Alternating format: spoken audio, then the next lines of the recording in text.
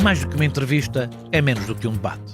É uma conversa com contraditório, em que no fim é mesmo a opinião do convidado que interessa. É um debate em que eu perco sempre. O Perguntar Não Ofende é um podcast assinado por mim, Daniel Oliveira, o que não faz chorar. Quase sempre sobre política, às vezes sobre coisas realmente interessantes. Pode subscrever e seguir o Perguntar Não Ofende em Apple Podcasts, Spotify ou qualquer plataforma de podcasts que utilize no seu telemóvel ou computador. Também pode ouvi-lo sempre em expresso.pt/podcasts.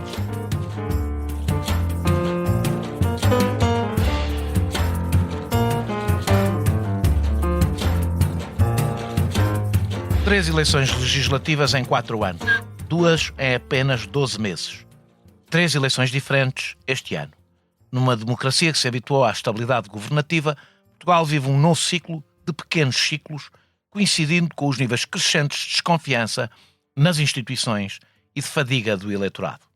Os discursos polarizam-se e as sondagens multiplicam-se.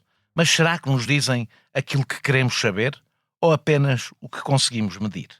Mais do que nunca, os eleitores parecem votar em reação e não por convicção, num ambiente político onde a má imagem dos líderes e o desgaste das principais forças partidárias fragiliza as leituras tradicionais. Estamos a viver uma personalização extrema da política sem que haja uma identificação com quem se apresenta ao voto?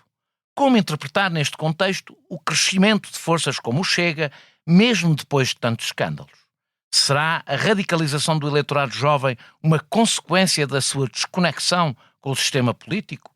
E o que nos dizem os dados sobre o voto estratégico, a fidelidade geracional, a diferença de género e o desejo de estabilidade?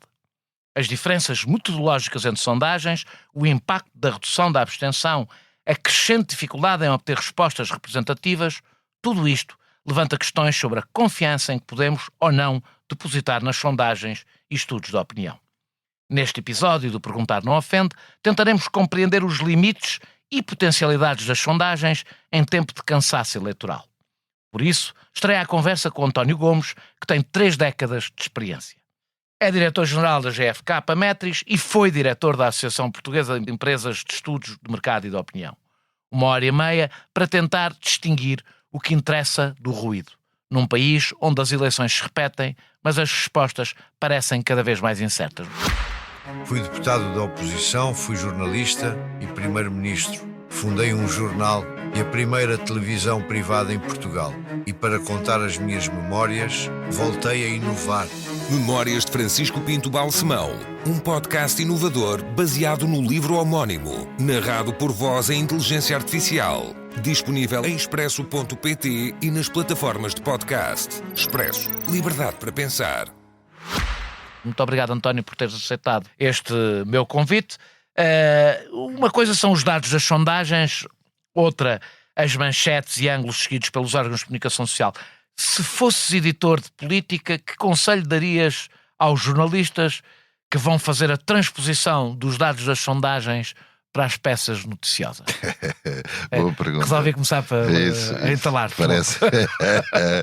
Parece-me bem. Deixa-me contar-te uma história engraçada. Eu há muitos anos atrás, não sei precisar quando, mas largos, dei umas sessões de formação, na altura promovidos pelo Sindicato dos Jornalistas. E o propósito era precisamente ajudar a compreender aquilo que são os limites metodológicos das sondagens e, em consequência, os cuidados na maneira como se redige, digamos assim. Eu sou da opinião que houve aí, há uns anos atrás, um momento um bocadinho exagerado na interpretação daquilo que as sondagens estão a dizer, e eu creio que dá 2, 3 eleições legislativas para cá, em geral, os órgãos de comunicação revelam hoje um cuidado maior. Ou seja, já não se conclui que por 2 pontos de vantagem um partido vai vencer sobre outro. Por exemplo, já se instalou a ideia do empate técnico, por exemplo. Já se instalou a ideia do empate técnico, que eu acho que é saudável, porque é uma maneira de as pessoas colocarem em perspectiva e entenderem um bocadinho melhor o que é que uma sondagem é, porque ela mais não é do que uma observação com base no número de unidades reduzido e que nós procuramos extrapolar para um universo constituído por milhões. Podia-se dizer que é um retrato desfocado. A lógica do desfocado é aquilo que nós, amestrólogos e sociólogos que fazemos este tipo de sondagens, procuramos precisamente mitigar e evitar que aconteça. Mas pode acontecer. Nós já voltamos às questões técnicas das sondagens no fim da nossa conversa. Queria agora falar um bocadinho do voto e do dia 18 e das várias dinâmicas de que podemos falar nesta altura. Um estudo do ICS indica que no ano passado 21% dos eleitores só decidiu o seu sentido de voto na última semana de campanha. Ou seja, nesta semana que está a acontecer agora. Um dado unânime em todos os estudos deste ano é o desejo de estabilidade e rejeição de novas eleições. Pegando nestes dois dados, pode-se repetir o fenómeno, não estou a dizer se vai, não estás aqui a fazer previsões, não, para isso há tarólogas e outros profissionais, mas olhando para estes dois dados, é possível pensar que pode acontecer um fenómeno como o que deu origem à maioria absoluta de António Costa em 2022, ou a má imagem de Montenegro torna isso muito improvável? Já estás a dar uma causa, ou seja, já estás a atribuir uma razão. Podes desmentir as duas coisas, não é? Eu acho que, na faculdade aprendemos o conceito de possibilidade e de probabilidade. A possibilidade existe, a probabilidade parece distante. Isto é, independentemente da causa da má imagem do Luís Montenegro poder prejudicar. Já lá vamos falar um bocadinho sobre isso. Portanto, eu acho que o estudo que tu referes do ICS acho especialmente importante para quem nos ouve. Na verdade sou eu que faço o trabalho da recolha. Ele é coordenado pela Marina Costa Lobo. Posso dizer em primeira mão que iremos fazê-lo de novo este ano, com o mesmo entusiasmo. Este é um projeto já de há largos anos em que nós, pós-eleitoral, vamos tentar compreender o voto, neste caso anterior, que é o melhor de todos porque já foi feito. Mas imagino que isso é útil nas eleições seguintes, não é? É sempre, porque acrescenta sempre conhecimento, dá-te uma ideia. Repara, tu citas o número de 21% de decisão na última semana, nas últimas legislativas. Nós não fazemos a mínima ideia de quantos por cento serão nestas. Mas em si, é de encerrar, se forem divergente, o número for divergente de 21, imagina que são 10, provavelmente tu e eu teremos uma explicação, ou tentaremos encontrar uma explicação por que motivo, desta vez, apenas 10 só tomaram a decisão na última semana. Portanto, são dados olhados de forma retrospectiva, mas que são especialmente ricos porque nos dão um entendimento de uma coisa que tu e eu agora estamos a viver e que não conseguimos ainda intuir que vai acontecer. Entendes? E sobre a probabilidade, porque é que essa probabilidade, tu dizes que é possível, mas não é provável, se eu percebi bem. Sim. Possível é sempre, não é? Pronto, aritmeticamente é possível, portanto, mas não é.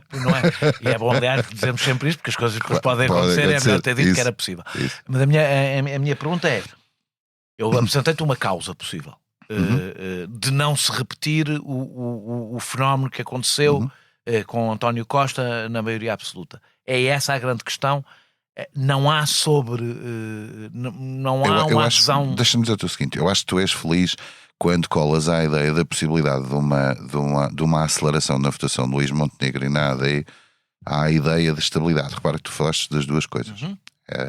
Como se, e bem, esse pudesse ser um dos mais importantes argumentos para eles poderem construir nesta última semana um discurso e aquilo que durante muitos anos nós nos habituamos, tu e eu, com mais idade, a chamar as ondas. Ou seja, um momento que por uma razão qualquer nós vemos uma força política disparar. E é importante perceber que as ondas de eleições legislativas nós temos 2 ou 3 presentes na nossa cabeça. Mas na verdade a onda é uma coisa que acontece em eleições locais. Isto é mais frequente ver uma dinâmica de última semana a acontecer do que possa parecer para quem quiser olhar retrospectivamente apenas e só com o scope nas eleições legislativas. Dito isto, os sinais que nós sentimos hoje em termos de mobilização por parte da AD, e são só sinais, não se trata de números, mas é a interpretação daquilo que serão as tendências, não parecem indiciar. A discussão pode ser ao contrário. Tu podes inverter e dizer assim: olha, então, mas diz-me uma coisa, porquê que os sinais não existiam e Costa, não obstante, chegou a uma maioria? Eu diria que alguns estavam lá. Como sempre, a sondagem é muito mais fácil entender os sinais depois das eleições acontecerem, nunca antes. O exercício deve ser feito academicamente, fazemos-lo, isso deixa-me especialmente feliz, mas o exercício é muito importante, que é não esquecer que a partir de domingo é normal, vamos nos todos focar quem é que vai formar governo com quem e de que forma, mas há qualquer coisa para aprender em relação àquilo que neste momento estamos a testemunhar, que é: estas eleições têm alguma singularidade, já vamos falar sobre elas. A própria dinâmica da campanha também está a ter. Tivemos uma semana em que tivemos a questão do Papa, o futebol agita as emoções por parte do eleitorado. Se calhar o registro dos últimos dias em termos de campanha tende a ser um pouco mais ligeiro, haverá ou não um desfoque de questões políticas também vamos falar disso. Pronto, e no limite outra questão importante que é os debates desta vez foram extensos no tempo, não foram compactados, e como é que o eleitorado reage um pouco a uma presença quiçá excessiva da política no seu dia-a-dia, desejando formar uma ideia e tomar uma decisão, mas demasiado prolongado no tempo. Portanto, eu diria para quando já até eu estou cansado do excesso de política no cotidiano, alguma coisa está a correr muito mal. Mas dir-te-ia que, sendo possível, é pouco provável, mas a probabilidade não está afastada. Entendes? Ok. Durante anos o PS lutou pelo voto útil à esquerda, mas ao contrário da AD não é fácil acreditar que terá parceiros para uma maioria. Nesta lógica de desejo de estabilidade, isso pode prejudicá-lo, ou seja, há algum dado que o facto de ser relativamente claro que a esquerda não pode ter maioria prejudica o voto no Partido Socialista nesse desejo de estabilidade? Sim, óbvio. Parece-me que sim. Podemos pensar, o eleitorado consegue fazer contas desse tipo? Isto é, o eleitorado é em casa. Um pouco sofisticado. Eu diria que é sofisticado para o eleitorado médio. O eleitorado médio não pensará tanto nisso. O seu processo de formação e decisão não olha aí. Mas é óbvio que se tu e eu, e se for dito e redito que o PS não consegue encontrar uma solução de governo e por oposição alguém consegue fazê-lo, então prejudica o PS. E a AD tem onde ir buscar, dos números que se conhecem hoje das sondagens, tem onde ir buscar voto útil. A IEL ainda pode sofrer nestes dias. Eu lembro-me que, por exemplo, de antes, quando o Bloco tinha maiores votações e o Partido Socialista, costumava-se dizer no Bloco de Esquerda que o dia de reflexão era o dia da tragédia, porque era o dia em que o Bloco de Esquerda perdia mais votos, porque era a pressão do voto útil.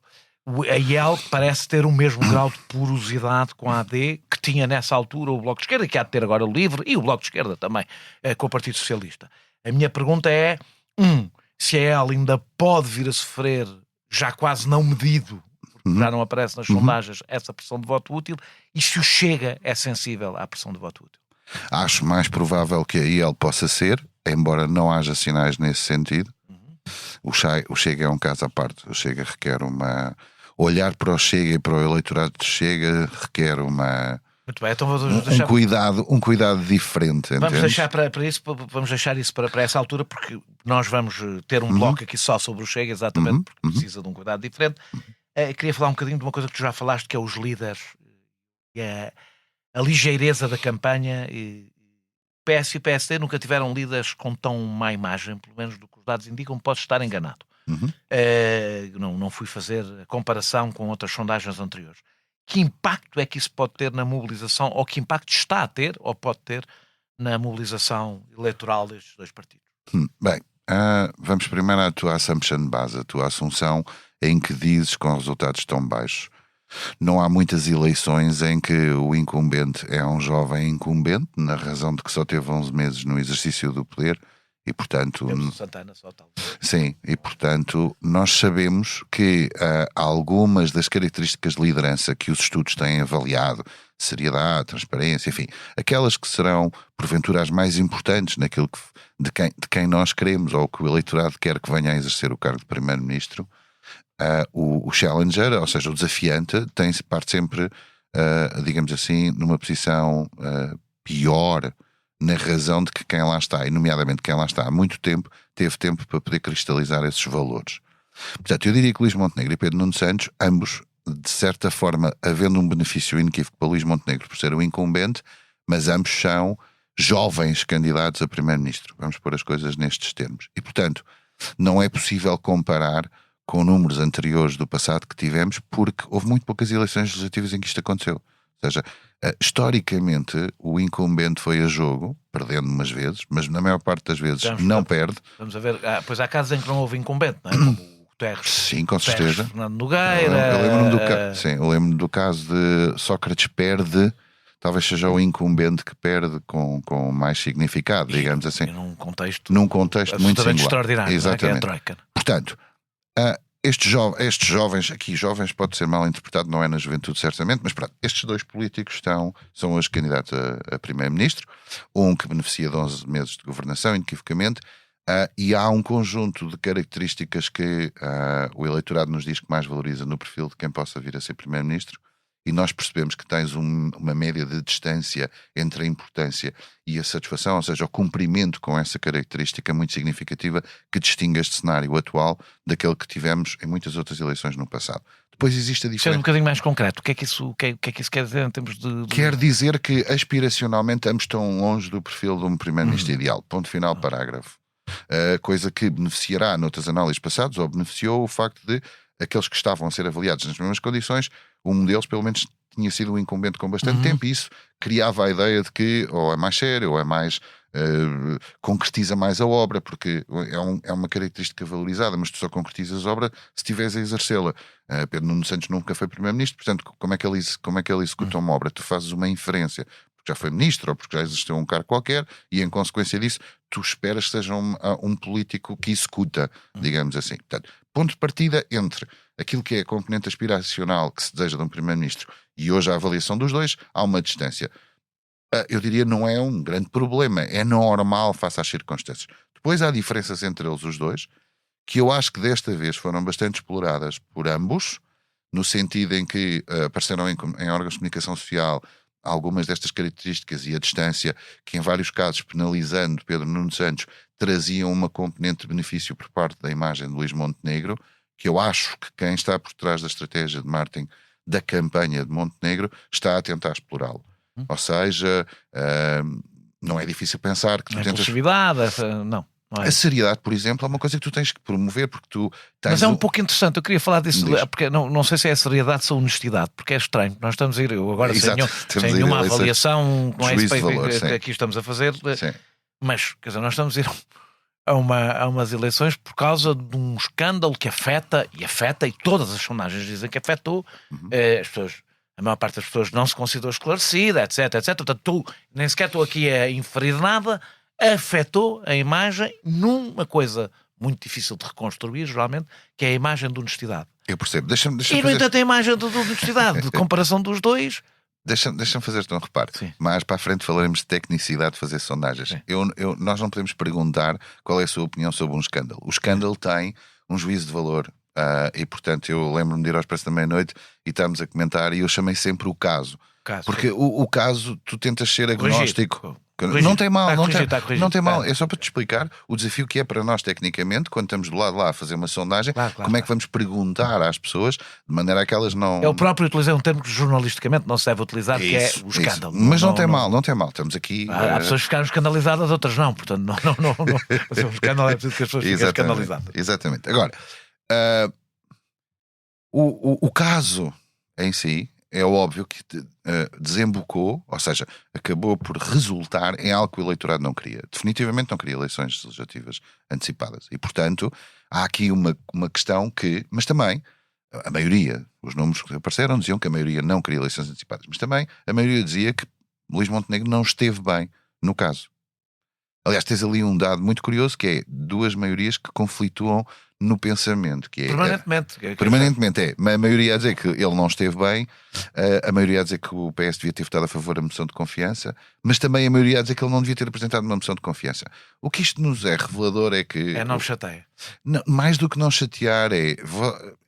Isto não estava nos planos. Isto não é uma coisa com que nós nos identifiquemos e que gostemos. Depois vamos para uma outra dimensão. Nós temos um grau de tolerância diferente a alguma... Lá voltamos nós a usar palavras com cuidado. Algum desvio de comportamento, chamemos-lhe assim, ou uma presunção dele, é engraçado porque o eleitorado reage de maneira diferente consoante o protagonista. Isto é, o mesmo facto protagonizado por dois políticos pode traduzir-se numa maior percepção ou uma maior predisposição para o perdão ou para a aceitação do que com outro. E a Ana Gomes estava muito zangada no outro dia comigo, não comigo, mas com aquilo que eu estava a dizer, porque o que eu quis dizer foi, se calhar, o perdão a Luís Montenegro resulta precisamente do perdão entre aspas, porque continua a haver muita gente zangada e que não gostou que tivesse havido este caso.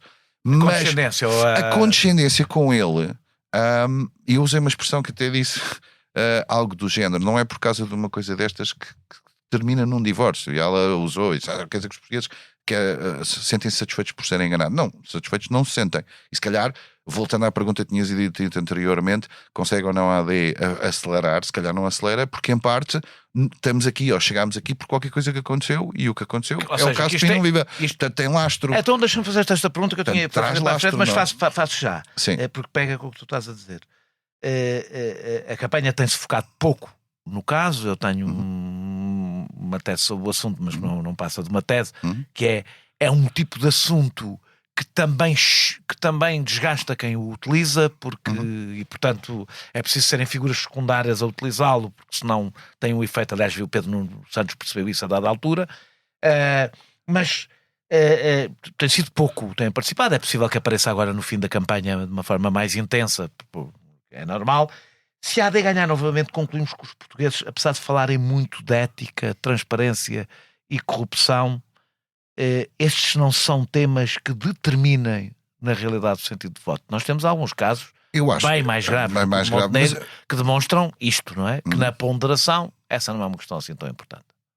Eu volto ao mesmo. Eu acho que quem protagoniza tem um nível de tolerância, ou uma elasticidade de tolerância que varia significativamente. E, portanto, quiçá Luís Montenegro está mais beneficiado na razão de que os portugueses olharam para ele e disseram, bom, enfim, mas, ok? E se calhar se fosse outro protagonista qualquer, não seria... Isso vê-se em casos, por exemplo, que envolvam a Mariana Mortágua ou o André Ventura, para pegar dois exemplos extremos, em que um parece aquele que se chama o político Teflon, nada se lhe cola, que é o André Ventura, e o Bloco, pelo tipo de eleitor que tem, é exatamente ao contrário. É exatamente ao contrário. E as pessoas não têm a percepção disso, é curioso, porque elas, quando verbalizam as linhas vermelhas, elas não se apercebem que não são linhas, são assim um traçado meio sinuoso, porque depende de quem é o protagonista e da circunstância que isto acontece. Mas também temos que ir atrás de um tema, que é um tema importante, que é, nós projetamos nos outros aquilo que nós somos, e o português também tem qualquer coisa no seu registro mais tuga, em que... Vou assinalar uma frase que já usei em 3 textos diferentes, do Luís Montenegro. Não eu agora estou a citar de cor, portanto, desculpem se não for absolutamente rigoroso. O Primeiro-Ministro não fez nem mais nem menos do que faria ou do que faz um português médio, ou um português. Ou seja, apelando a dizer, ok, vá. Vocês sabem que... Vocês sabem que eu sei, que vocês sabem. Something like that. Eu acho que os portugueses também têm isto, também têm... Agora, estranhamente, tu tens historicamente momentos em que, por uma razão qualquer, ninguém se apercebeu e a linha foi ultrapassada, e aí tens a opinião pública claramente a penalizar. Que provavelmente é quando as coisas estão piores no resto. Ou seja, o português perde a paciência se há, por exemplo, uma situação económica difícil, passa a ser menos tolerante com tudo, não é? Incluindo com isso. Eu uso sempre a velha máxima, que é quando tu fazes estudos à população, e com 30 anos já fiz muitos. Qual é o principal problema de Portugal neste momento? É assim, se estiveres em crise económica, é o desemprego, é o custo de vida. Se estiveres em crescimento ou em expansão económica, é a educação e é a saúde. Portanto, porque obviamente mais importante do que a tua saúde é se tens dinheiro para teres uma refeição à mesa. E aí não tem nada que enganar. São sempre os 4 fatores, eles andam sempre dissociados 2, e na cabeça das pessoas funcionam desta maneira, entendes? Apesar disto que estamos a falar da imagem, eu pelo menos tenho esta ideia, mas pronto, acho que é uma boa explicação a tua, ou seja, que há uma grande diferença entre a aspiração e a avaliação que as pessoas fazem. No entanto, nunca tínhamos assistido a uma campanha tão pessoalizada. Eu pelo menos tenho ideia, as campanhas são há muito tempo muito pessoalizadas, mas pessoalizadas, muito concentradas nos traços. Eu até... Há momentos até que parece que é a ver quem é mais cool, quem é mais fixe, quem é mais parecido connosco. Dos hinos das 2 principais campanhas, que falam mais dos líderes do que é habitual, dos números para as televisões, o vôlei, o banho na praia, o andar de mota. E a minha pergunta é, será isto para corrigir a má imagem? Ou seja, não será propriamente porque eles acham, muitas vezes a campanha tenta valorizar o que tem de bom para apresentar. É, pelo contrário, para tentar corrigir o que se percebe que é a maior falha. Eu acho que é uma mistura das duas coisas. Certamente que serão os responsáveis de marketing, depois de terem feito muitos focus group, a tentarem identificar modelos de comunicação que permitam dar resposta a uma coisa que é muito engraçada, mas ao mesmo tempo é estupidamente desafiante. Que tu também usas isso na avaliação das marcas, que é o atributo é alguém que é próximo de mim ou é alguém com quem me identifico.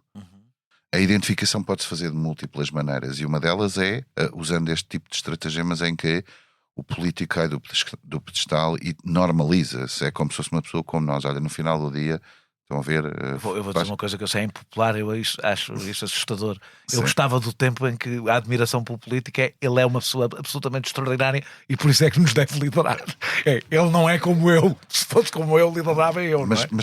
Mas pensa comigo no seguinte: tu vives. Mas isso é um processo de democratização que corresponde a um processo também de banalização. Não é? É banalização, mas é sinal dos tempos numa outra dimensão que não tem a ver com o juízo de valor se é bom ou se é mau, mas é o conceito de uma sociedade de proximidade. Tu hoje tens, por via das redes sociais, uma diminuição da distância entre o teu ídolo e tu como adepto ou fã.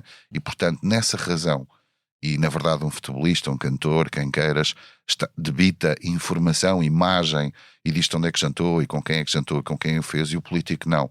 E, portanto, de certa forma, eu não sei se não é esse o propósito, que é criar este conceito de proximidade e que te parece a ti, e bem na tua doutrina, que é, isto é aligeirar a função do Primeiro-Ministro e daquilo que é a responsabilidade que esta gente vai ter a tomar conta dos destinos do Montenegro nosso não país. tinha essa estratégia até ao caso Pino Viva. Pelo contrário, se bem te lembras, tinha a estratégia mais cavaquista. Aparecer pouco, falar pouco, ser distante, um bocadinho o alimentar a grávidas. Quem dá conselhos aos primeiros-ministros, quem quer que seja, durante a governação, não são as mesmas pessoas que dão conselhos durante a campanha. Fiz-me entender? Sim, claro. Pronto, não importa quem, portanto, já digo assim que é para ficar claro. Portanto, as campanhas são um momento específico de acelerar um processo, bem ou mal, porque só o resultado é que vai determinar o sucesso ou a falta dele. Mas e até pode não ter sido por nada do que se fez na campanha. Não, porque tu mandas, perdidas, tu contratas pessoas especificamente para campanhas e, portanto, se o fazes... Agora, é verdade, ainda retomando aquilo que estavas a dizer que tem a ver com a história dos valores, eu acho que desta vez, mais do que alguma vez, em comunicação social, falou-se muito sobre as características de ambos. Sim. Não em relação às aspiracionais ideais, mas na comparação entre os dois. E, portanto, que já vinha de uma ou outra eleição antes, até nem só das características, a quem é que vendia um carro em segunda mão, quem é que gostava de ter. Portanto, nós andamos um bocadinho neste paradigma que eu acho que ambos acreditam que é, portanto, Pedro Nuno a tentar diminuir distâncias versus Pedro Nuno, versus Luís Montenegro, Montenegro a procurar elementos de diferenciação. Eu acho que, mas é uma opinião, isto já é menos certo, portanto é meu de interpretação, não foge um pouco à política pura e dura. E curiosamente, as pessoas votam nas pessoas quando se fala menos de política, mas a política também é importante. Claro.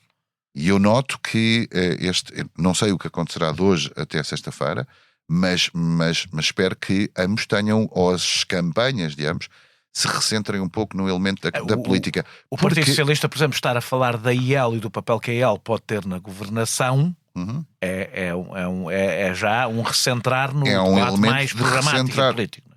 Claro. Porque eu acho que há um momento para tudo e o benefício que tu trazes na construção das características que queres atribuir aos dois está mais ou menos consolidado. Da mesma maneira que acho, e eu disse no último Expresso da Meia-Noite, o caso Pino Viva está arrumado. Está arrumado neste sentido. O eleitorado já tomou uma decisão e já fez um julgamento. Isso, mas eu por acaso acho, e é também achismo puro, não é? No meu caso é mesmo achismo puro, que é verdade isso, mas não falar do caso Pino Viva daria um espaço a Luís Montenegro, não é sequer para reconstruir a sua história na Pino Viva, é reconstruir a própria queda do governo, ou seja, reconstruir todo este momento político, sendo mais fácil responsabilizar os seus adversários.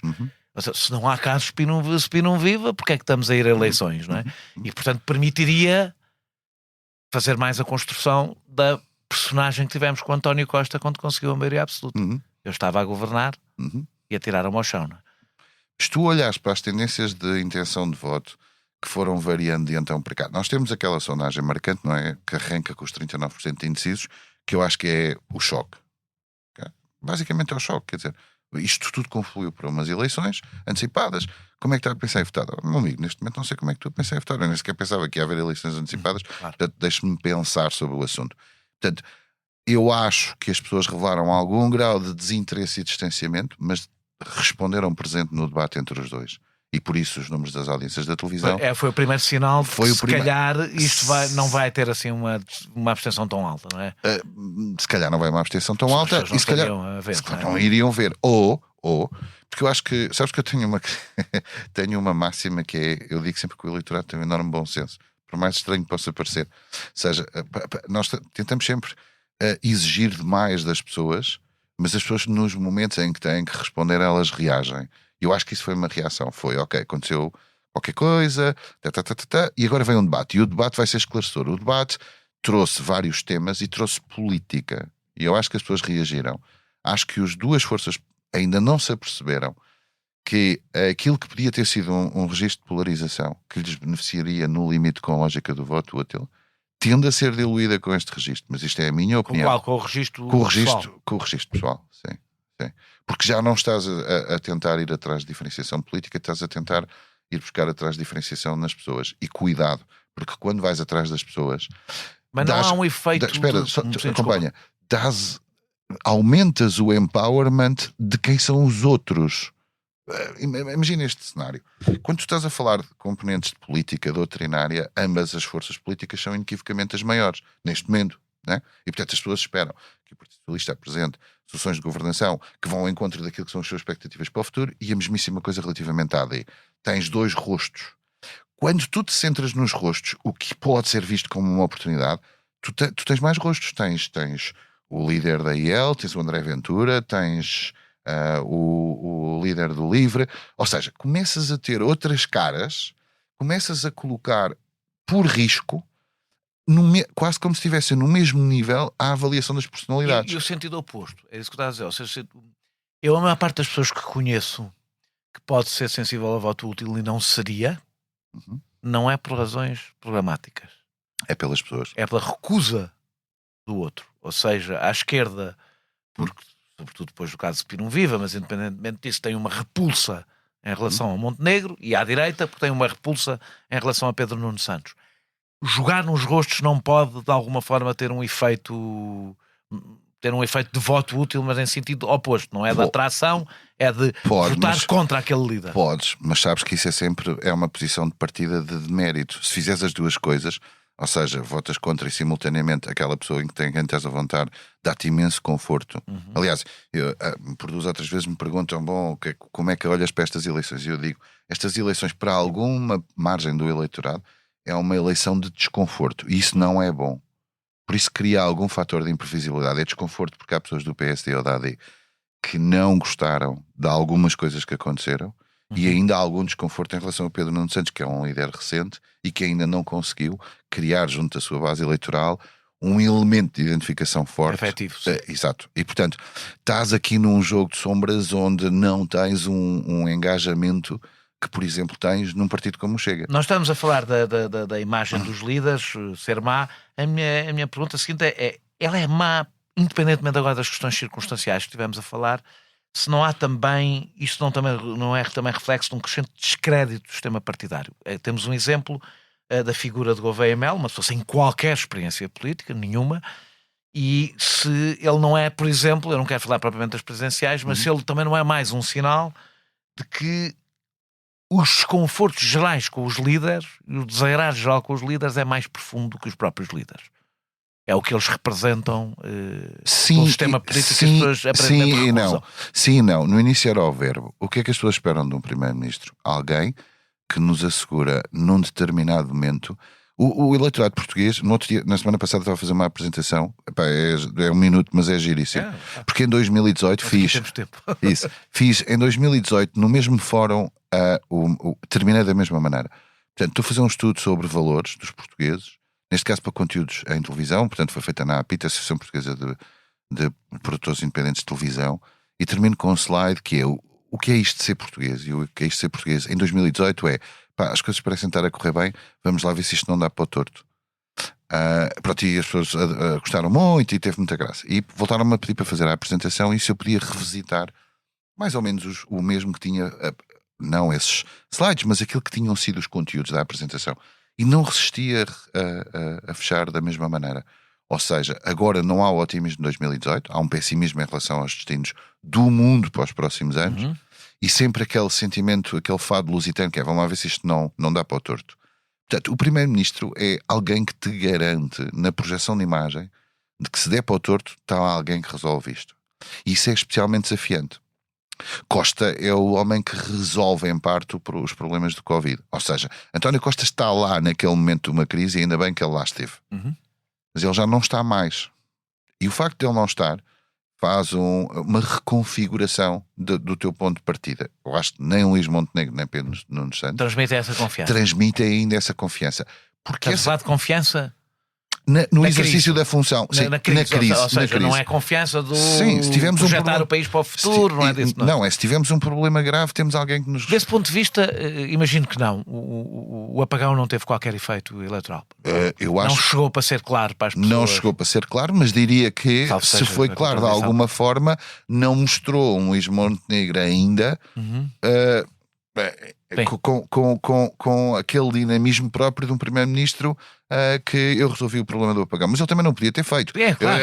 Estamos a falar de percepções e de Estamos a falar imagens. de percepções, é o que interessa, é as É isto estaria percepções. aqui a falar com alguém relacionado com... Claro, com a área. mas a questão é, não foi o momento e, portanto, esses momentos que tu vais construindo... Aquele podia ter sido um bom momento passo o cinismo e pedindo desculpa às pessoas, podia ter sido um bom momento para o Primeiro-Ministro. Podia se a eletricidade fosse reposta muito rapidamente. Ou se ele tivesse conseguido de alguma forma passar a imagem que o Costa conseguiu passar. Claro que foi muito mais tempo e foi mais fácil passá-lo. Eu acho que o não é? apagão é uma singularidade. Os portugueses sentiram que é uma singularidade. Não podes pedir nada a ninguém sobre o apagão, porque aquilo é uma coisa que acontece e não há... Mas é curioso porque há algumas características que vão ser características pessoais, porque o governo de Costa foi dos poucos governos na Europa, e atrevo-me a dizer no mundo, que não foi prejudicado pela Covid.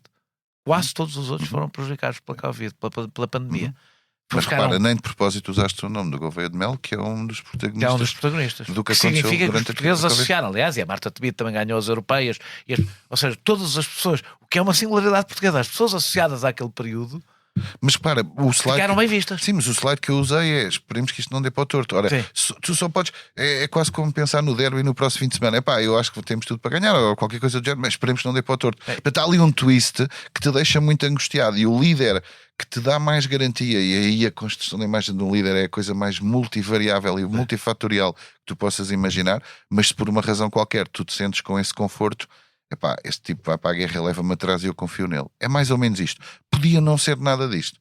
Ou seja, noutros países e noutras geografias e noutros contextos, tu esperas um líder muito mais visionário, um líder que tem uma proposta de valor para mudar completamente o país. Nós somos o país que tem um provérbio que é: enquanto o pau vai e volta, folgam as costas. Portanto, exatamente. É notável, é notável. Exatamente, é notável. Foi super feliz o que tu acabaste de dizer, porque é exatamente isso. E esse modo de olhar para estes dois candidatos a primeiro-ministro. Mesmo depois de um período de forte inflação, estudos pós-eleitorais nos Estados Unidos indicam que os eleitores valorizam cada vez mais os temas culturais do que os económicos. São as tais percepções de que falamos. Mesmo sobre a economia, que também tomaram conta do debate público em Portugal sobre a imigração ou a insegurança. Já estamos nesse patamar, ou seja, em que temas como a imigração, por exemplo, são mais fortes que temas como a economia, ou não, os portugueses ainda votam com o bolso? Não, os portugueses obviamente votam com o bolso. Porque os americanos não votam com o bolso, é uma coisa que já percebemos. Bem, a não ser em casos... Estamos a tirar daqui casos extremos. Ou seja, eu também diria que sim. Claro, evidentemente, a Troika, coisas do género, estamos a falar de casos, retirando os casos extremos, onde evidentemente tomam conta de todo o debate. Os portugueses ainda votam mais com o bolso do que com a percepção? Tu lembras-te do ponto alto da ideia de que a economia era a principal motor, trigger da votação? Isso acontece com o Reagan, não é? O Reagan no final ganha e a explicação foi simples. Bom, mas é a economia para uma fase de crescimento económico. Entendes? Se tivesses alguém que chegasse a Portugal, um destes dois candidatos, e tivesse uma proposta de valor que fizesse Portugal um dos países mais ricos da União Europeia, que sabemos que não é possível, mas se tivesse isso e que as pessoas acreditassem que essa proposta de valor de transformar, eu creio que a economia ganhava muito mais importância do que aquela que ganha hoje. Hoje... Houve uma coisa perturbante nesta campanha. Tivemos maus números. É verdade que são números, não é? Aquilo que as pessoas sentam no bolso. São números, são... Mas é verdade que quase não foram de mata. Não me lembro de uma campanha em que se soubessem números económicos tão marcantes, e aqueles foram, negativamente, e que isso não... se não são utilizados como elementos de discussão política de lá, deverá haver boas razões entre ambas as partes para não concordar em não querer fazê-lo. Exato. O que eu te digo é, a economia afeta o bolso dos portugueses. Claro que os afeta, eles têm a ambição e normal, a expectativa, comprar um carro, trocar de casa, enfim, essas coisas todas normais, mas eu diria que neste momento não é uma prioridade porque há uma assunção de que economicamente não estamos forçosamente mal. De onde, respondendo à tua pergunta longa à dissertação, a imigração naturalmente ganha mais projeção e mais peso. Já lá vamos, antes deixa-me fazer-te uma pergunta e depois falamos à imigração. Montenegro concentrou o seu discurso nos dados da governação, foi o seu discurso inicial de campanha, mas a avaliação dos portugueses fazem do governo, não sendo péssima, também não é famosa. Mesmo na economia, metade diz que piorou e só 16% que melhorou. Há um engano nos estrategas ou está-me a escapar aqui qualquer coisa? Assim, eu não sei, o melhorou ou piorou tem a ver com expectativas. Eu não sei quais eram as expectativas há um ano quando Luís Montenegro é eleito como primeiro-ministro. Provavelmente nas condições em que o foi, e não é para defendê-lo, as condições seriam tendencialmente adversas. Minoria, vamos ver no que é que isto tudo vai dar. Portanto, eu acho que, outra vez, como falámos no início, há um grau de tolerância a não se entregar aquilo que se podia desejar. Na realidade, há aquele grau de tolerância que costuma haver num primeiro ano de governação. Num primeiro ano de geral, governação, diria eu que sim. E se calhar, se fôssemos atrás, falaste da economia, se esgravatássemos, como se diz na gíria, iríamos encontrar até maior desconforto no centro-direita e em algum eleitorado que está na base da IEL, por aquilo que podiam ter feito a mais do que aquilo que realmente fizeram. Onde tu sentes que é aí que, paradoxalmente, é mais crítica a avaliação do próprio governo. E o fenómeno da imigração? A minha pergunta é que é mesmo: que efeito real tem o debate sobre a imigração no voto? Tem alguns dados que vos permita perceber se ele está a ser exagerado no debate público para o efeito que tem? Porque a imigração não costuma aparecer nas primeiras preocupações dos portugueses, mesmo agora, não costuma aparecer, das coisas que eu vi, pelo menos que me surgiram.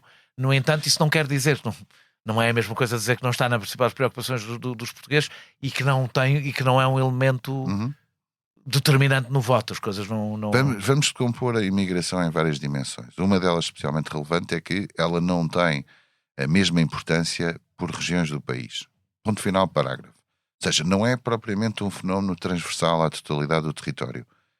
Sabemos que depois, por circunstâncias várias, havendo em determinados concelhos pequenos do interior ou rurais, comunidades imigrantes que estão lá para trabalhar em fábricas ou no setor primário e que isso leva a uma presença constante no dia-a-dia da parte das pessoas e isso traz ali, vamos lhe chamar, um foco de tensão com a comunidade imigrante, não traduz necessariamente aquilo que é a média do que acontece no resto. Agora, claro que a imigração hoje é um tema importante porque ela começa por ser um tema que é trazido para o debate político, por exemplo, por parte do Chega, sendo que o Chega aproveita, na sua lógica bem, que fala de uma coisa que as pessoas veem.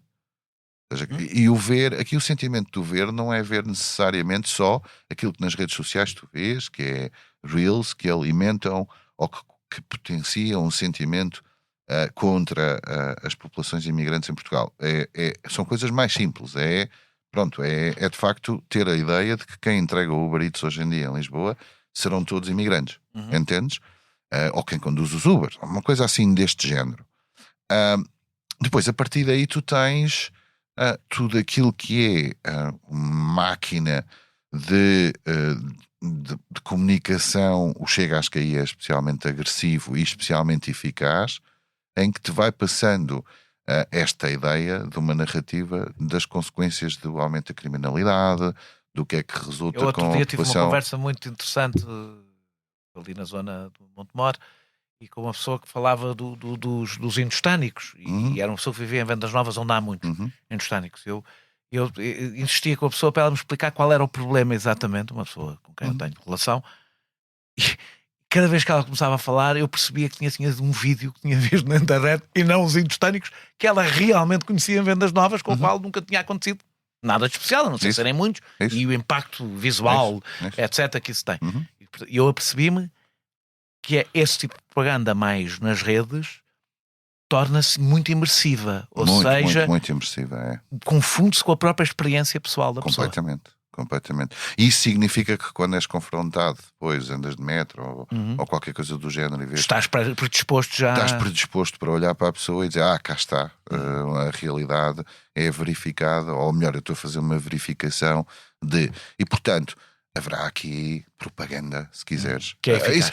Que é eficaz. Isso vê-se muito sugiro-te fazeres uma pergunta: quantos imigrantes é que existem em Portugal? Há pessoas na rua. Nós tivemos aqui um convidado, o responsável pelo Observatório das Imigrações, sobre a percepção dos imigrantes, e os portugueses têm, ele disse, os dados, os portugueses têm uma noção, mas assim, totalmente absurda. Estamos a falar de acharem que há 3 milhões e 4 milhões de imigrantes, não é? Sim, Portanto, E nem sequer sabem que a maioria dos imigrantes são, por exemplo, brasileiros, e portanto não é um tema, digamos assim, que, por exemplo, que o Chega o utilize da mesma maneira. Foi o Rui Costa Lopes, já agora, o convidado que aqui tive. O Chega parece beneficiar da degradação da imagem dos principais partidos, mesmo tendo um número infindável de escândalos e casos de justiça, e entre os seus dirigentes e deputados, tal que eu falei do candidato Teflon, não é? Que nada se cola. A lógica de exigência e escrutínio aplica-se de forma distinta entre partidos tradicionais e os que defendem a destruição do sistema. Já falámos aqui de passagem disso, mas sendo um pouco mais profundo. Ou seja, porquê é que escândalos, ou chamemos-lhe outra coisa qualquer, mas neste caso escândalos, porque não parecem afetar grandemente partidos como o Chega, não é? Isto não é um fenómeno exclusivamente português. Sim. Bom, primeiro temos que olhar para a base eleitoral do Chega. Eu acho que há muitas das vezes uma dificuldade em entender ou procurar entender o que pensa o eleitorado do Chega. O eleitorado do Chega reage às propostas de valores, chamemos-lhe assim, do Chega enquanto partido, e que são meia dúzia de causas. Ou seja, o Chega não é um partido com uma doutrina económica, com uma doutrina social. Portanto, tem meia dúzia de causas que no fundo são, por isso é visto como um partido populista. Ou seja, tenho 4, 5 temas que são. O eleitorado do Chega não quer saber de mais nada, e nós temos uma imensa dificuldade em perceber. Pelo menos não quer. O seu voto para o Chega não é determinado por mais nada. Até não releva outras coisas, sim, mas não releva por isso. E a história tem que ser. Eu já fiz muitos focus group onde estão eleitores do Chega. Querem saber do quê? Imigração? Corrupção? Sim. É a lógica do antissistema. É qualquer coisa que acontece, dá razão. Estão a ver, aqui está a prova inequívoca de que. No entanto, se um caso acontece numa pessoa a um deputado do Chega, isso não tem grande impacto. Isso não tem grande impacto. Eu vou-te pegar um exemplo para tu entenderes. Eu acho que tu percebes isto razoavelmente bem. Porque és sportinguista, posso dizer isto? Podes, não deves. Às vezes dou por mim a pensar que alguns dos eleitores do Chega têm um pensamento igual ao que o Sporting. Igual ao que o Sporting. Eu já percebi, eu estou a falar com muito cuidado. Estou a ser muito ponderado nas palavras. Tu tiveste o fenómeno do Bruno Carvalho, presidente do Sporting, que aparece. É verdade, que aparece com um discurso. E se eu não sei, não tenho a estatística, não vou perder tempo a fazê-la. Mas se eu procurasse o eixo de comunicação de Bruno de Carvalho e fizesse um grau de interseção como André Ventura. Eu fiz com Trump na altura. Pronto. No fim do mandato dele, fiz com Trump e batia tudo certo. Portanto, tens expressões como roubar. Na tática, e até na procura do inimigo, claro. comum, externo. Roubar, o antissistema, o Sporting só lá vai se lutar contra tudo e contra todos. Repara. Qualquer jogo em casa temos que o ganhar incondicionalmente, mas já agora temos que estar preparados para nos marcarem penaltis no meio campo. Mas a verdade é que Bruno Carvalho acabou por ser corrido do Sporting. Eu já sei, mas na altura em que Bruno Carvalho constrói este... É uma tática de posicionamento. Isto não tem segredo para as pessoas. E que funciona sobretudo se há um grande ressentimento instalado. Isso mesmo. Que havia. Mas essa é a base. Eram 20 anos de derrotas. Com certeza, são 20 anos sem ganhar nada e a percepção era os outros todos beneficiam com isto e nós não. E portanto este ressentimento cria um sentimento contra o sistema. O que faz com que, paradoxalmente, quando e se há um jogo em que o Sporting, com o presidente Bruno Carvalho, se beneficiado de uma, vamos imaginar, de uma arbitragem escandalosa, de um penalti marcado a 10 metros da baliza, as pessoas acham que aquilo é ser ressarcido por tudo o que passou para trás. Ou seja, os escândalos para o eleitorado Chega, não são vistos como nós os vemos. Nós podemos dizer, estão a ver, O eleitorado Chega não reage desta forma, reage de outra forma completamente diferente, mas os 50 anos destes bandidos e agora vem chatear por causa de um tipo das malas. O tipo das malas já foi mandado embora, ponto, e está arrumado. Num próximo episódio falaremos de Luís Filipe Vieira. Mas percebeste a mecânica? Percebi. E eu acho que muitas vezes o comentador, e eu também reconheço, embora porque tenho que profissionalmente olhar para o eleitorado do Chega como um eleitorado de qualquer um dos partidos, sou agnóstico, e esse concede-me a faculdade de conseguir perceber. E como te disse, já fiz muitos focos de grupo e tu consegues perceber a pessoa que vota Chega ao fim de 10 minutos de verbalizar como é que acha que está o país, como é que acha que está a governação, tu automaticamente sabes quem é Chega. É engraçado. E essas pessoas, seja em Lisboa, no Porto, em Viseu, em Faro, há um perfil. Eu costumo dizer que o eleitor não é só do Chega, mas da extrema-direita em geral, não é ao contrário do que se pensa, porque muitas vezes dizem, são estes casos de corrupção que dão força ao Chega, e eu contesto sempre isso, e o que digo é o voto na extrema-direita, agora terás provavelmente ser mais agnóstico, o voto na extrema-direita não é um voto de exigência e saturação, é um voto de desistência. Ou seja, isto funciona assim, isto é assim, e portanto afeta menos os casos que envolvam o próprio, porque meus amigos não estão a falar de quê? O país é o quê? E continuas a ter um líder carismático. O conceito carismático podemos achar que não é, mas na perspectiva da base eleitoral, claro que o é. E portanto André Ventura tem carisma para a sua base, logo funciona. Um dos indicadores que mais me surpreendeu nas sondagens, mas que bate certo com algumas coisas que temos aqui referido, mas até nas autarquias, é ver que os potenciais eleitores do Chega tendem a dar como mais certo irem votar no Chega do que os do PS ou do PSD. Ora, isto também é ainda e mais estranho, porque é um eleitorado mais jovem, portanto até é mais estranho esta... No entanto, o seu crescimento coincidiu com a queda da abstenção. Ou seja, estas duas coisas não batem certo, e eu gostava de perceber, porque eu fiquei espantado. Aliás, até penso que foi na vossa sondagem que vi o eleitorado mais seguro, em que as pessoas que já tomaram a decisão mais correspondem são o eleitorado do Chega. E, no entanto, o Chega parece ser mais sensível aos aumentos e descidas da abstenção, porque tem mais eleitores vindos da abstenção. Como é que estas duas coisas casam, ou o que é que eu estou a ler aqui mal? Não estás a ler nada mal, precisas de esperar por domingo para confirmar se a última eleição é aquilo que estatisticamente chamam um outlier na percentagem de participação ou não. E eu acho que a chave de domingo, e daí, no meu caso, sou muito reservado em relação àquilo que pode ser o resultado final das eleições, porque quando tu saltas de uma eleição em 2022 para 2024, em que vais buscar ao mercado disponível 750 mil votos, e o Chega cresce 700 mil, não desses 750, mas cresce desta maneira. Mas muitos, não é? Muitos. Portanto, tu não tens movimentos bruscos desta magnitude. O maior movimento brusco que tens é a quebra do PS da maioria absoluta do ceiling que Costa atinge para o resultado de Pedro Nuno Santos, mas aí, enfim, expectável, mas a injeção de 750 mil novos eleitores não corresponde àquilo que é a taxa de crescimento via recenseamento eleitoral de novos eleitores que recensearam. Portanto, onde concluímos que o Chega foi buscar muitos eleitores foi buscar eleitores fora a abstenção, que não votavam há algum tempo mesmo. E a questão é se esses eleitores vão ficar ou não vão ficar. Isso, se vão votar, ficando, olhando para as sondagens, em princípio votarão no Chega, claro, se olharmos para as sondagens. Certo. É o que leva ali, porque a dizer uma coisa que me posso arrepender, porque não se devem fazer previsões, mas eu, desde o início, que acho que o Chega vai subir e não vai descer, ao contrário do que acho. É uma possível leitura. Há quem pense o contrário. Não vou dizer-te o que penso. No domingo falamos. Falamos, está bem, é melhor. Eu posso dizer estas coisas. Tu podes dizer certas coisas que eu não devo dizer para não ser mal interpretado.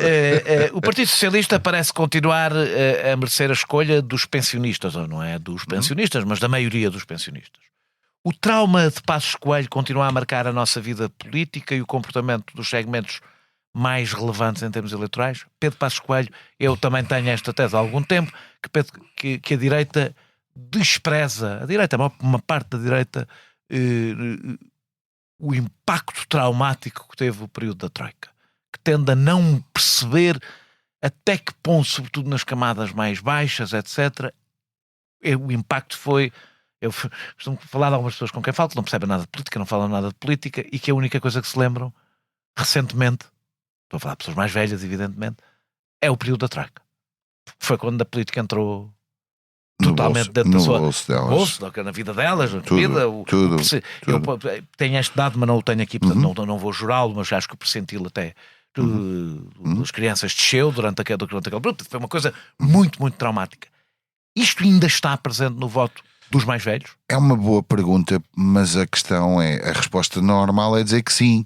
Mas há um tema que é o perfil do eleitor médio do PS transformou-se nos últimos 10, 15 anos. Com a geringonça, não é? E tende a empurrar-se hoje, ou tende a estar maioritariamente numa faixa etária mais velha, e em consequência disso, parece que os mais velhos são tendencialmente mais críticos de Passos, mas isso pode ter a ver com uma mudança demográfica geracional, em que hoje temos pessoas... Ou seja, pode ser mais consequência do que causa, não é? Isso, do que causa. E, portanto, eu não tenho uma resposta para essa questão, mas tenho a resposta para te dizer que sim, que é no eleitorado mais velho, de 55 e então de 65 e mais, em que o PS tem uma base de apoio eleitoral maior. Curiosamente, estas pessoas têm uma singularidade muito importante, são mais leais... Votam mais, não é? Votam mais, portanto, são mais participativas, são tendencialmente mais leais no voto, isto é, são menos permeáveis a mudanças de liderança, ainda que o possam fazer, mas são menos permeáveis, portanto, são mais pelo logo do partido, por aquilo que o partido representa, ainda que aqui haja a singularidade, voltamos nós ao mesmo, de termos um challenger em nome do PS, que também é um inédito, que é algo inédito, porque já há muito tempo que o PS não era challenger, e portanto, para o seu próprio eleitorado, como é que o eleitorado vê com 60 e mais anos, Pedro Nuno Santos a candidatar-se quando teve Costa durante bastante tempo? Não sei. Entre os jovens portugueses, os homens votam 5 vezes mais na extrema-direita do que as mulheres. São os incels, de que tanto tem havido conversas em todo o mundo sobre o assunto. Temos estudos sobre o tipo de valores que determinam a radicalização na diferença de género? Não temos. Assim de repente que eu me recordo, há estudos que eu faço que eu não posso falar, pela razão de não sendo publicados, até porque estamos em período eleitoral, eu não posso estar a citar números. Então não te pergunto os valores, qual é a tua opinião? Não, o que eu estou a explicar é, há estudos académicos sobre, obviamente, a votação no Chega e a votação em partidos, enfim, chamados radicais da direita, porque não se fica só... Eu aqui interessa-me sobretudo porque há um dado que eu acho que é novo. Eu já escrevi, não sobre Portugal, mas sobre estudos internacionais, que talvez o gender gap, sobretudo nos jovens, nunca foi tão grande. Não foi, e está a ser explorado. Antes, aliás, as mulheres votavam um pouco mais conservadoras, isso tinha a ver com a igreja, etc. E os homens um pouco mais, mas não eram grandes diferenças. E nos jovens nós notamos uma diferença abissal nos Estados Unidos, no resto na Europa. Nos Estados Unidos provavelmente são a razão pela qual Donald Trump venceu as eleições. São os rapazes. São os rapazes. Dá-me um minuto para te explicar porquê. E as raparigas, por contrário, também votam mais à esquerda do que provavelmente votam mais votariam. À esquerda, sim, do que no votariam. passado. Sim. Bem, eu tive, enfim, isto não foi-me contado a mim, foi contado por entreposta pessoa, portanto tem que ser alguma reserva, mas como eu digo, a caixa de ressonância make sense, ou seja, eu acho que faz sentido aquilo que eu ouvi dizer. Portanto, acho que foi um jantar nos Estados Unidos com uma das empresas de lobby que a Embaixada Portuguesa trabalha. Eles sempre trabalharam com os democratas e num jantar com a diáspora empresarial foram confrontados com a pergunta: o que é que aconteceu? E eles dão uma explicação em relação ao contributo de Musk e do Twitter, o chamado X, para o Trump vencer num segmento do eleitorado que estava basicamente órfão e que ninguém olhava especialmente para ele, que eram jovens masculinos heterossexuais, afirmativamente, e que, estando entre a faixa dos 18, 25, 26, tinham alguns elementos de singularidade. Desde logo porque gravitam muito no universo do gaming, dos jogos online, que é uma comunidade muito fechada, e portanto eles identificaram este segmento como uma oportunidade. Vamos tentar comunicar para esta gente e mobilizá-los para o voto. Alguns, ou uma parte deles, com serviço militar prestado, enfim, todas aquelas coisas que nós sabemos que na América são muito singulares. E quando lá foram, uma das primeiras tentativas de introduzirem-se, não se assumindo, mas dizendo umas coisas, o Trump é bom e a Kamala é má, aquela comunidade reagiu mal e não reagiu bem. E então eles foram, terá ido Musk, com base em dados de análise do comportamento deles de consumo nos meios digitais, foram atrás de uma outra proposta de valor. E essa proposta de valor foi, nem mais nem menos, não pornografia, mas imagens de mulheres nuas ou mais despidas na rede social X. Há uma coincidência, Musk retira todos os filtros no X e eles, passado não muito tempo, vão para esta comunidade, para este mundo virtual e começam a sugerir, porque é que não vais ao X? Porque é que não vais ao X? Que não é a plataforma destes miúdos. Estes miúdos falam no Discord, falam noutras coisas que não o X, nem ligam. E eles até tem muita coisa de política. Isso. E eles fizeram um grande push dizendo, agora já se consegue ver lá umas mulheres nuas ou despidas, whatever. E eles a pouco e pouco reagiram. E o que o Musk terá feito foi só isto. Se tu tivesse entre 18 e 24 anos, fosses ao X e procurasses uma imagem de uma mulher algo despida, após o primeiro scroll, o segundo scroll aparecia-te o Trump a falar para ti. Todas as vezes que tu fosses à procura de uma imagem destas, ou todas as vezes que recebesses percebes? Imagina que eu te fazia um forward para ti. Sim. Dizer, olha Daniel, vê lá esta fulana que é gira. E tu ias lá, clicavas e ias ao X, e quando fazias o scroll aparecia-te um discurso do Trump. Priceless no sentido estratégico, e custou uma fortuna que nunca vai ser pago, porque não se consegue estimar o valor intrínseco do quanto isto contribuiu. E estes jovens votaram nas últimas eleições. E agora sentido inverso. Isto é? Nós olhamos, agora voltando para Portugal, por exemplo, o Bloco. Eu tenho uma tese que o Bloco nunca mais vai ter um líder homem. O Bloco tem uma votação feminina muito expressiva na sua base de apoiantes. Ou seja, significa que também há a aposta contrária à esquerda, de apostar muito no eleitorado feminino. Se quiseres, sim. E portanto estás a falar do gender gap, que é uma questão extremamente importante na nossa sociedade contemporânea. E que vai criar problemas que nós muito complicados, porque aquelas pessoas têm que conviver umas com as outras. Supostamente têm que casar, ter filhos.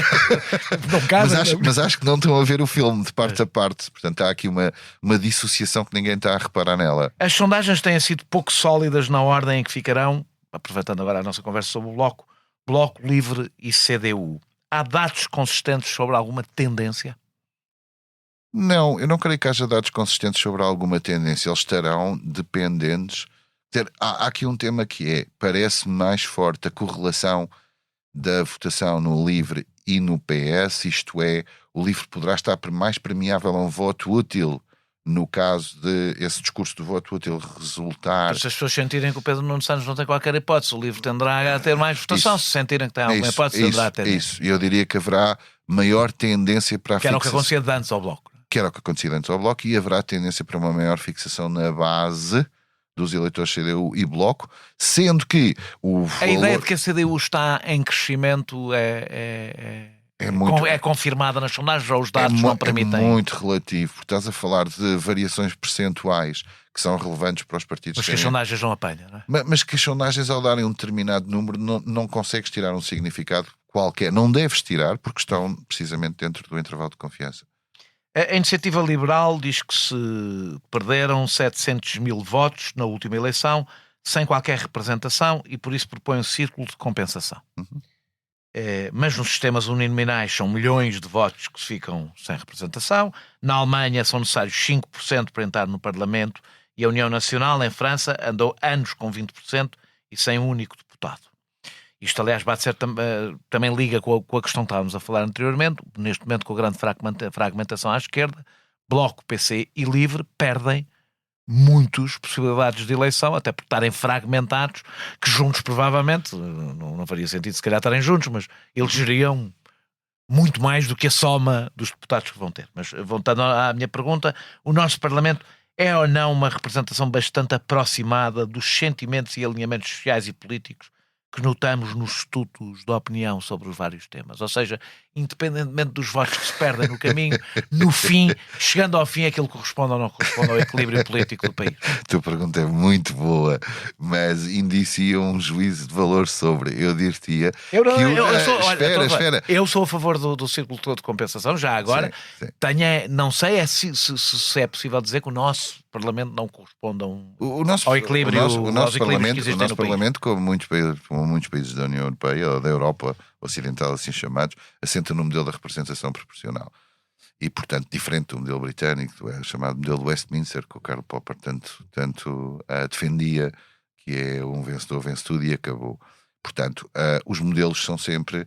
Aquilo que tens hoje é um modelo de compromisso entre a evolução do sistema de representação e aquilo que os partidos à época viam como oportunidades de aumentarem a sua representação ou defenderem as posições que tinham. Portanto, é sempre o produto de um resultado de um jogo político.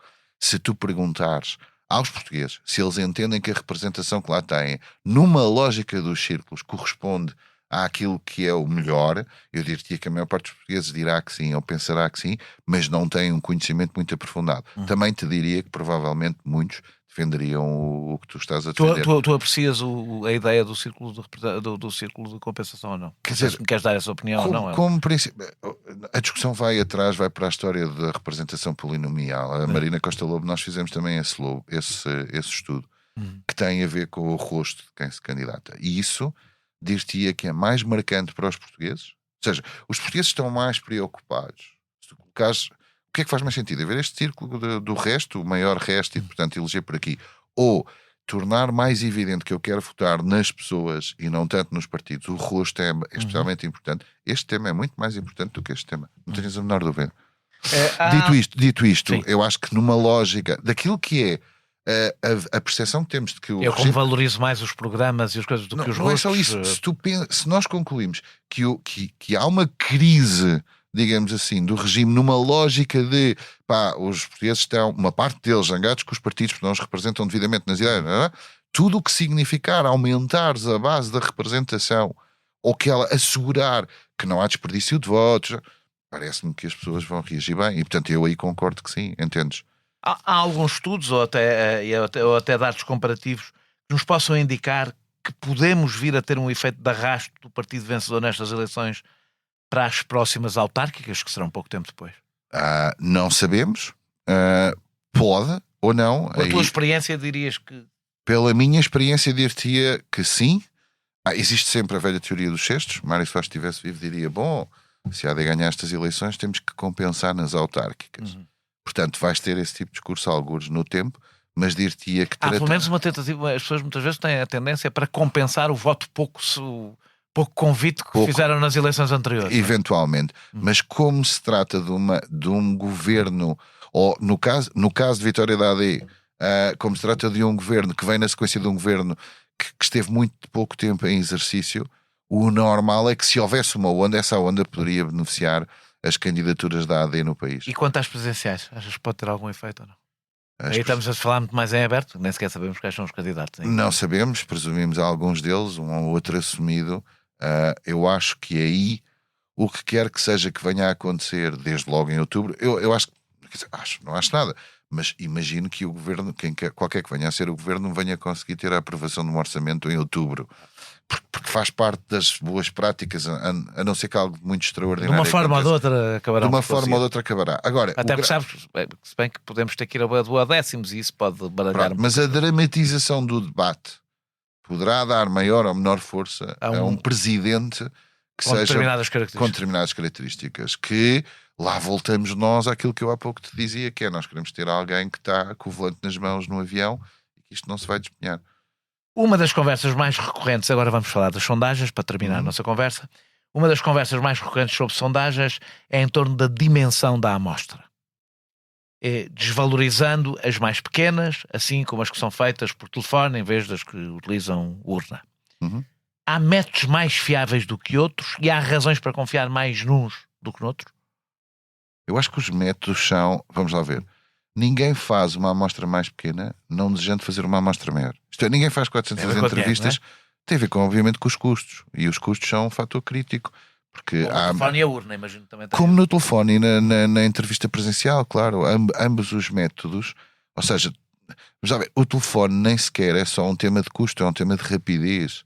Tu não consegues fazer 1000 entrevistas presenciais no país como boletim de voto em urna. Mas o telefone ainda é fiável. Vocês utilizam um telefone fixo ou utilizam o telemóvel? Sim. Mas houve uma altura que era telefone fixo e aquilo dava grandes desvios. Sim, porque, como é óbvio, nenhum jovem...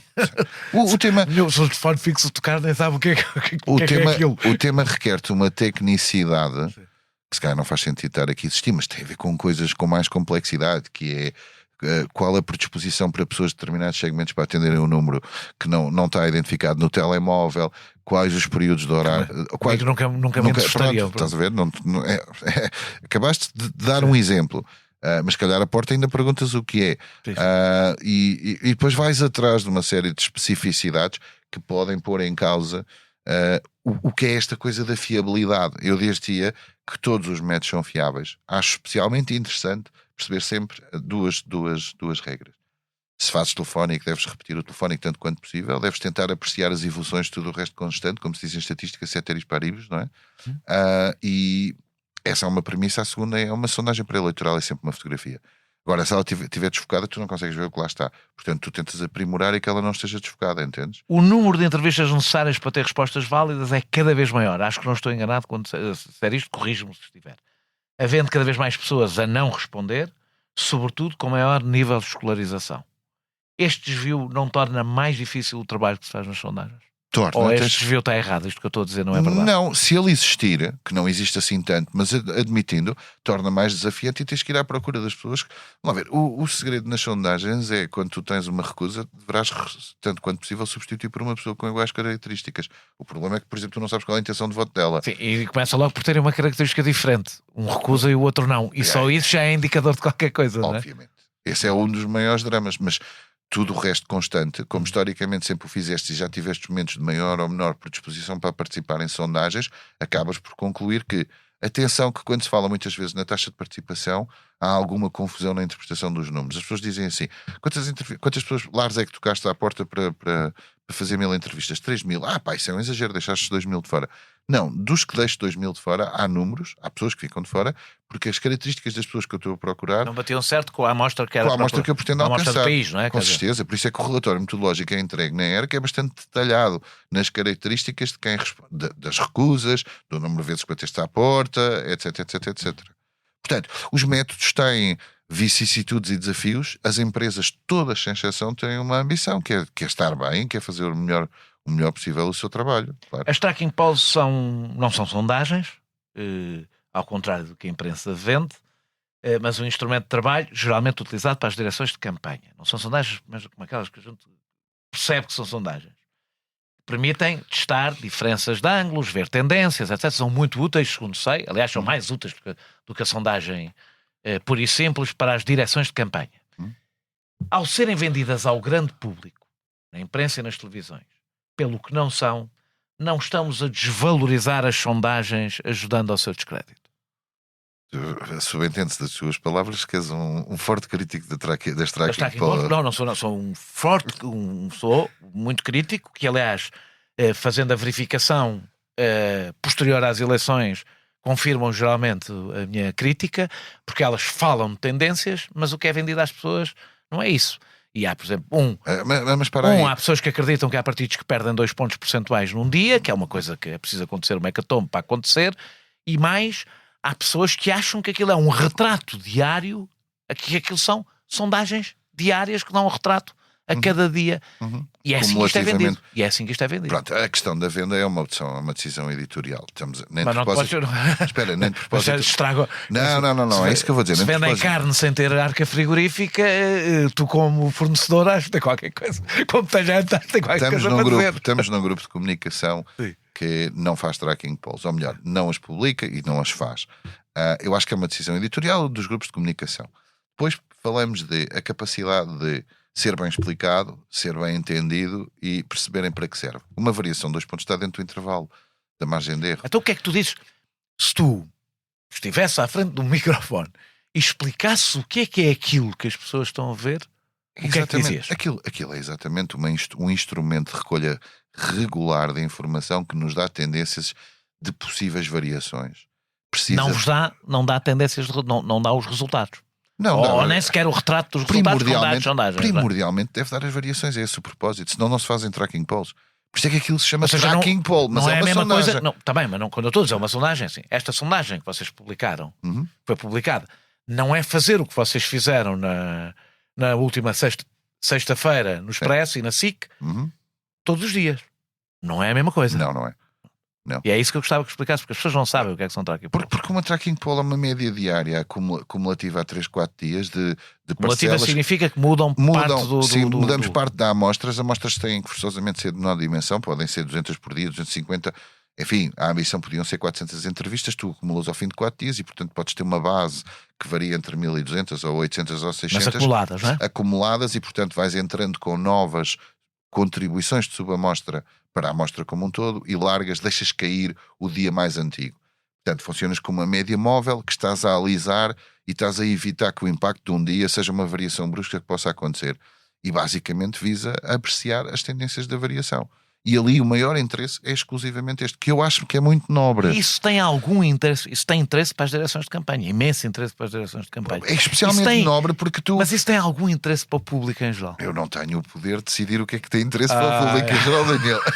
Eu não tenho essa responsabilidade. Não tens essa responsabilidade, mas podes fazer uma avaliação. Se isso tem interesse... Eu só acho é que eu sei onde tu queres chegar. Onde tu queres chegar eu já cheguei. Eu sei onde é que tu não queres chegar. Não. Onde tu queres chegar é uma tracking poll faz sentido ser publicada na razão de que pode gerar por parte do eleitorado. Sim. Pois, mas houve uma coisa. Mas é que estou a falar do público pouco informado. Sim. A generalidade das pessoas com que eu falo julga que está a haver uma sondagem igual à que vocês publicaram na sexta-feira, só que todos os dias. Eu não estou a dizer algumas, eu estou a dizer, tirando os nerds, como eu e tu e o João que aqui está, e mais algumas pessoas que eu conheço, toda a gente julga que aquilo é uma sondagem diária. Pronto. Isso, se é assim, deve haver um esforço para explicar que não é uma sondagem diária, é um cumulativo de vários dias. Eu vi o lançamento da Tracking Poll, uma que está neste momento a ser divulgada no órgão de comunicação social. Eu vi a primeira emissão. Houve até uma peça especial, específica para tentar explicar o que é. Eu creio que tem dimensões de tecnicidade que o comum das pessoas não consegue alcançar. E isso é complicado e é desafiante. Então devemos fazer o mesmo com os serviços financeiros. Se as pessoas não percebem o serviço que estão a comprar, é melhor não o vender. A questão editorial é uma questão editorial. Eu acho especialmente interessante. Uma tracking poll funciona para tu apreciar as tendências. É quase como as audiências de televisão. Todos os dias elas vão variando e tu vais vendo uma tendência. E a tendência há um canal que está a crescer, há um canal que está a diminuir. Entendes? Não, claro que as audiências têm outras utilizações e por isso tem uma base amostral completamente diferente. A tracking poll deve-se concentrar exclusivamente nisto. Ao fim de 4 dias, o que é que aconteceu? Ao fim de 4 dias em que só se vê... Mas eu vejo as apresentações e é tipo, o PSD está à frente, o PS está em segundo, o Bloco de Esquerda está aqui, o PCP está aqui. A primeira pergunta hoje foi, achas que os jornalistas devem ser... Pronto, aí tens uma questão que é um conflito entre o jornalista que quer ter uma preocupação de apresentar uma sondagem de forma séria, e depois, obviamente, a tentação a pressão comercial. Comercial, editorial, é o que é. Senão, eu não tenho aí, eu aí sou agnóstico. A minha próxima pergunta era a primeira e eu resolvi não pôr em primeiro para nós, para estar tudo bem durante a nossa conversa e guardá-la para o fim. É uma técnica que eu tenho. Guardar a parte para o fim, depois pode ficar um ambiente mais pesado. Diz. 2 das 3 principais sondagens, na sexta-feira antes das últimas eleições legislativas, davam a vitória AD por 6 pontos de distância. A diferença, como sabemos, foi de décimas. Portanto, o facto de ter acertado quem ganhou é mera coincidência, porque na realidade é uma diferença considerável. Que razões temos para acreditar que desta vez será diferente e que teremos indicações mais precisas, se é que podemos esperar isso de uma sondagem? É uma belíssima pergunta. Neste momento não sei responder. No domingo lá estaremos, alguns juntos, aqui no estúdio. Dito isto, primeiro, é sempre importante perceber que uma semana antes, e falaste do estudo da Marina, e eu gosto especialmente de olhar para ele, de facto que há dinâmicas e essas dinâmicas podem produzir variações. E essas variações são o que são de uma semana para a outra, e por isso uma sondagem pré-eleitoral deve ser vista como isso, exclusivamente como isso. Como uma fotografia num determinado momento do tempo e depois. Mas não é provável que houvesse uma diferença de 6 pontos percentuais na sexta-feira e uma diferença de décimas 2 dias depois? Não é até provável. Até porque não aconteceu nada de especial. Não, mas tu tens 10% do eleitorado a dizer-te que tomou a decisão do partido em que vota no próprio local de voto. É preciso que grande parte dele tenha não, isso leva no Partido Socialista. Se quer... se quiseres, pensa no seguinte, isso é um dos desafios mais interessantes, que também é um tema tecnicamente muito complexo, que é, então quer dizer que os indecisos de sexta-feira, que eram 10, acabaram todos por votar todos da mesma maneira, não forçosamente, mas se calhar o método de alocação dos indecisos é uma coisa que se pode pensar. E isso leva a uma questão que é, já se experimentou cientificamente 4 ou 5, 6, 7 diferentes métodos de alocação de indecisos, e a verdade é que tu ainda não encontraste o centro. Voto em quê? Ou qual é a probabilidade? Ou anulá-los, ou distribuí-los percentualmente, e portanto é o santo grau para o qual não há resposta. Eu costumo dizer que um relógio acerta sempre 2 vezes ao dia na hora, estando parado. E portanto... Essa é a única coisa que temos acertado. Para terminar, faço uma pergunta aberta. Está tudo em aberto em relação a quem vencerá estas eleições? Está sempre tudo em aberto. Claro, mas eu estou a falar em termos de probabilidades. As semanas, nós sabemos que a política nos últimos anos tem tido momentos de aceleração, até por táticas de campanha não só, em que nos últimos dias algo pode acontecer.